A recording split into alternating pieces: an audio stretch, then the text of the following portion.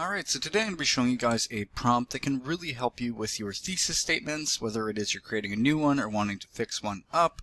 All you have to do is copy the prompt, hit paste, hit enter, and you're good to go. You just have to answer a series of questions from the prompt in ChatGPT and, be as descriptive as possible to get the most out of it. So we're going to test out this prompt right now. We can do it in a standard chat or, for what we prefer on this channel is to go to projects mode, mainly because it helps keep our memory hygiene nice and clean within ChatGPT. So we're going to go ahead and create a new project, and we see here this is why it helps with our memory hygiene, because there's a setting to have it be project only, meaning the memories that are created in this project stay confined to the project. That way it doesn't go into other chats, and memories from outside chats don't come into here. It also has its own little folder, which just keeps it nice and neat. So now we're going to enter the prompt. So this is the prompt. You are my thesis statement coach. Your job is to generate 10 strong thesis statements fast, then pick the best one and show me the exact outline that supports it. So after this, you can see there's the rules and all the other stuff. However, you can read this if you like and go through it and alter things if you like. However, it is a very beginner-friendly prompt that you just need to hit enter and it'll start asking us the questions. At that point, we just have to answer the intake questionnaire as descriptively as possible, like I said, to get the most out of it. And then we'll finally get the results that we're requesting. Now, you can get the prompt in the description of this video or the pinned comment, depending on what YouTube allows us to do. Now, for the questionnaire, it says paste the assignment prompt or question. So I don't have a exact, prompt question. I'm not actually writing a thesis. So in this case, I'm just going to write a hypothetical answers, and I'm going to go ahead and answer all the intake questions really quickly and come back. That way we're not spending the entire video of me just answering questions. We'll go over each of the responses super quickly just to show you what it looks like. Alright, so since I didn't actually have a assignment to work from, I just basically went with something pretty random with a pretty weak thesis. So I said my thesis is that voting age should be lowered because teens are responsible. Then we get the intake question 2, the essay type. I just said it's going to be argumentative. Intake 3, topic area or specific topic you want. I just said teen voting.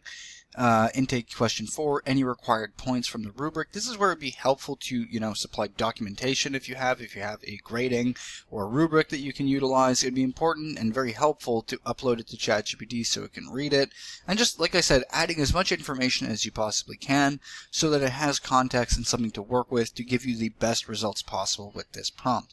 So, as I said here, any required points from the rubric teacher. So if you have them, that's where you'd upload.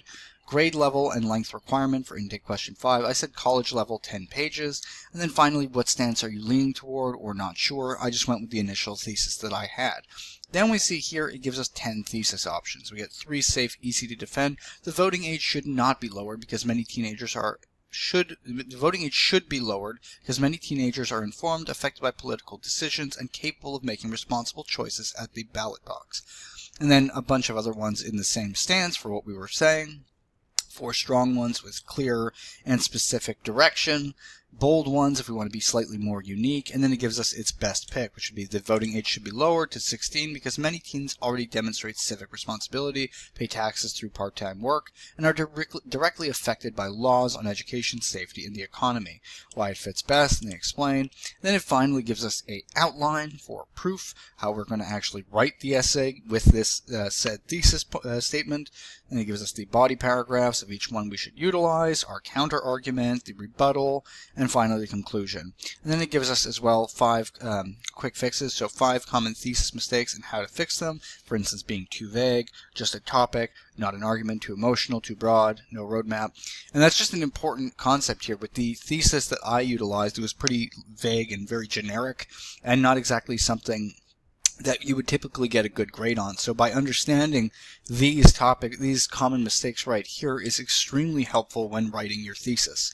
And we see here 3 ways to make a thesis more specific. It gives some detail. And then finally, if you want, say, refine number 4 or whichever number you want, and I'll turn it into 5 tighter versions.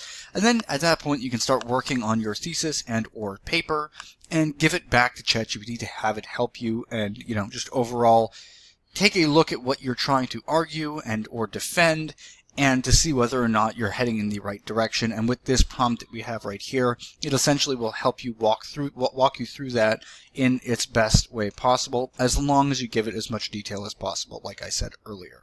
So if you guys want the prompt, you can go ahead and steal it from us. Once again, it's in the description of this video or the pinned comment, depending on what YouTube allows us to do.